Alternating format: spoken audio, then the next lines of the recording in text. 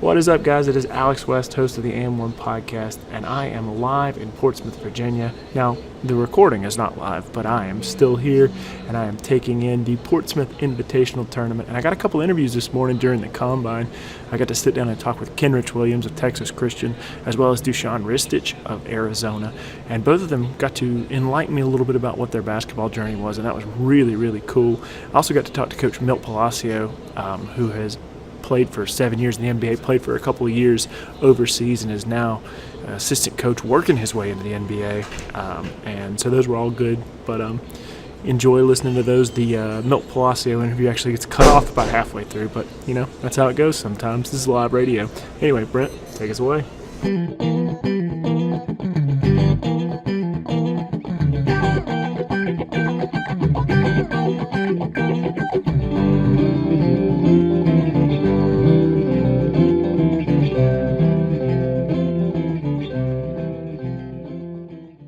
I'm sitting down with Texas Christian's Kenrich Williams. Kenrich, how are you, man? I'm doing good, man.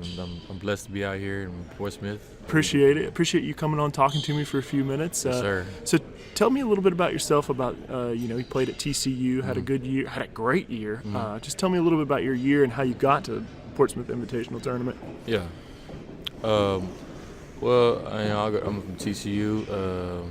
I went JUCO out of high school. Didn't have any Division I scholarships, so I'm here. But I was blessed to get this invite after a great year we had as a team and individually. I think I had a pretty good year. Made the tournament for the first time in 20 years, and I was just blessed to get this invite to this little showcase right here, just to showcase what I can do. Yeah, it's a great opportunity. Scouts, yeah. I mean, you being a senior, right. Why did you decide you wanted to come here? I mean, obviously you're going to get a lot of press. You're going to get a lot of people to talk to. Is that basically the whole thing?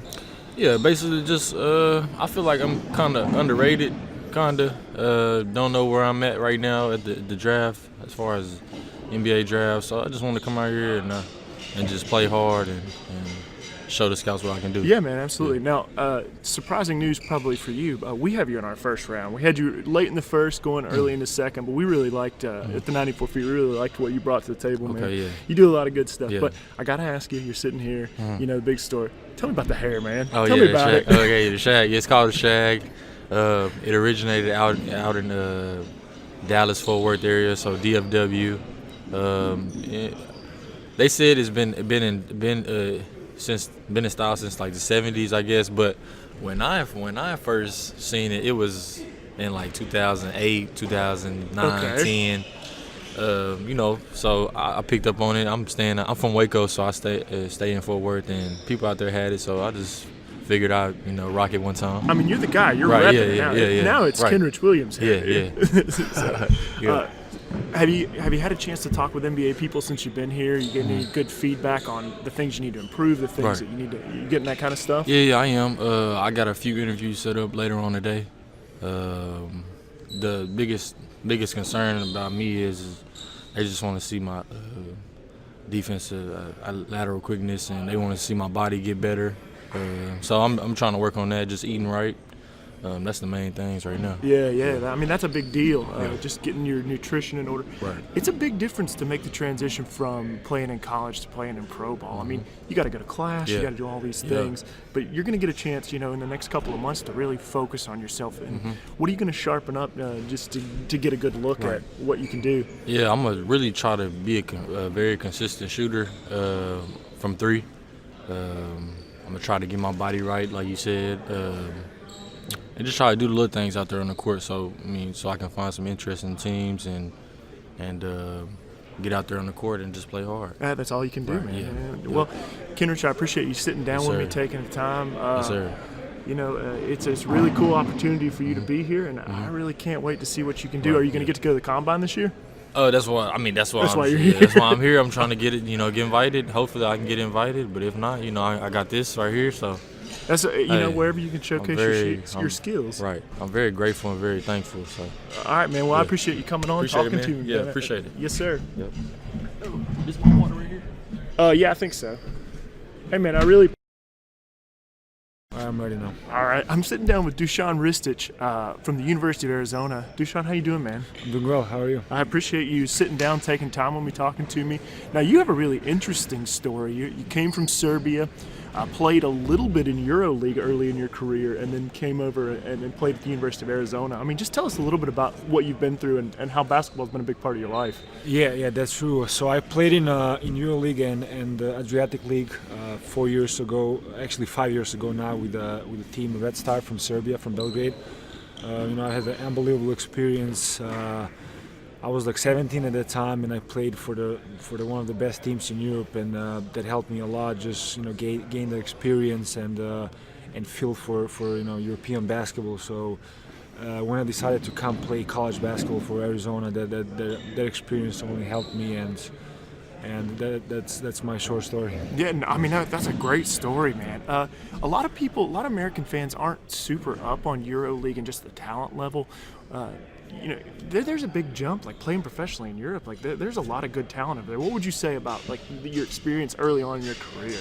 Yeah, I just the interesting thing is I just spoke to coach Milt Palacio. He actually played in Serbia, really, like 10 years ago. Yeah, and we just talked about how like a lot of people here don't understand how big EuroLeague is.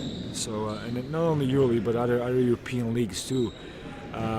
Obviously, the NBA is the best league in the world. That's not even a question. But there are some really good teams and really good players playing in Europe, and the level of basketball is really high. So, like I said, I would say they're like people here are more concerned about NBA, but there's some really good players overseas too. Yeah, absolutely. I mean, Luka Doncic, obviously, number one, we all know about Luka Doncic and what he's going to do this year, and he played in the EuroLeague. What about playing at Arizona? I mean, you played for Coach Sean Miller. You played for 4 years. You played 4 years. Yeah. You played 4 years at Arizona. Had a great experience doing it. Got to play with some really great players. Just tell me a little bit about playing at Arizona. Yeah, I've had an unbelievable experience this past 4 years. I had a chance to learn from Coach Miller, one of the best college coaches in the country. Obviously, every year we had a high competitive environment. A lot of good players that are right now in the NBA or playing at a high level in Europe, and I've just had, like I said, an unbelievable experience. I grew as a person on the court, and off the court I became a better basketball player. I improved my weaknesses as well, and overall my experience at Arizona was great.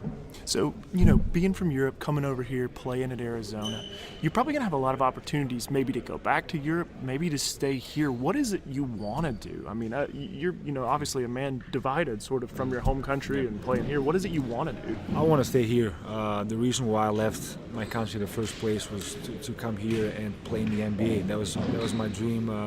My whole life, and that's what I'm trying to do right now. I'm just trying to show what I can do and to have some fun. I mean, this is the game of basketball is supposed to be fun, and not only for people to watch, but also for us players to play. So I'm just trying to enjoy this process. Talk to like a lot of great guys here, a lot of great players are here in this tournament, and like I said, I'm just trying to play my game and show people what I can do. Dusan, I appreciate you sitting down with me, of course, taking some time talking to me. Are you going to get to go to the Combine? You going to get to do anything else this summer? Or is that just sort of what you're working towards at the moment? Yeah, just one thing at a time. Yeah, one thing at a time. Now I'm here.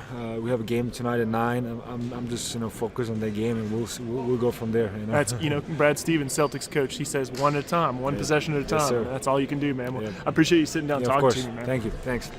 Hey, thanks, man.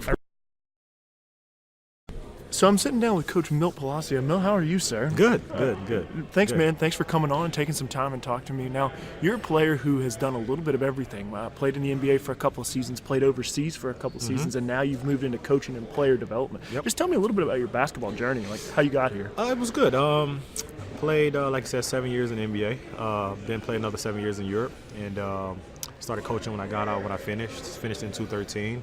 Coached at Universidad a couple of years, and then went down to 905 G League. Yeah. And really? Then, yes. And now I'm the head coach for the Belize national team. All right. Yeah, so I did that. Now, were you 905 when Jerry Stackhouse was there? No, the year before. Year so before. the inaugural year. All right. Yes, Jeremy Mermis. So you have done literally more than I even thought you had. Yeah, a little bit. You've done a little bit of everything. Yeah, trying to get in the whole realm, and yes, assistant coaching is something that I do want to do, and yes, on the top level. So. Awesome. So Yes. you're trying to working to get into the NBA. Yes, and, I am. well, Yes, I mean, obviously your hard work has paid off for you before, so Yeah. you keep it up. Now, what does it mean to be here at Portsmouth to just take part in this whole process and see these kids, these seniors, get to take their shot and do a little bit of what they're doing? It's good. It's good because a lot of these kids, this is the first step to being a professional. Whether it's overseas G League or the NBA, which is their ultimate goal.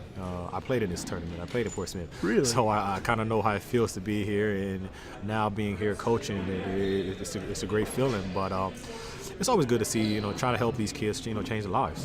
What would you say? What would be some good advice you'd give to these kids? Just not necessarily about playing, just about having their life and their nutrition and the way they eat and sleep. And what would you say? I think the biggest thing is really take care of yourself and be a professional. And, I think you cannot try to be a professional with minimum wage work ethic. Right. And trying to say, okay, I want to do this, I want to do that, but then on the other hand, you're doing other things. You're not taking care of your body. You're not eating right. You're not getting a proper rest. So I think that's the biggest thing. And unfortunately, that's where we lost Coach Palacio. He did go on to talk about it, how he's working to get back to the highest level. He wants to coach in the NBA again. And as a Celtics fan, I'll never forget Miracle Milt hitting that shot against the Nets. We talked about that in the pre-show, a little bit of a meeting. But it was really great to sit with Dusan, to sit with Kenrich, and to sit with Coach Palacio and talk about all that. I appreciate you listening. Make sure you subscribe, SoundCloud, YouTube, and to the And1 podcast. And I'm going to try to do a couple more of these throughout the week, and we'll see who we can get a hold of. It's just kind of a free range here. So anyway, for the And1 podcast, I'm your host, Alex West.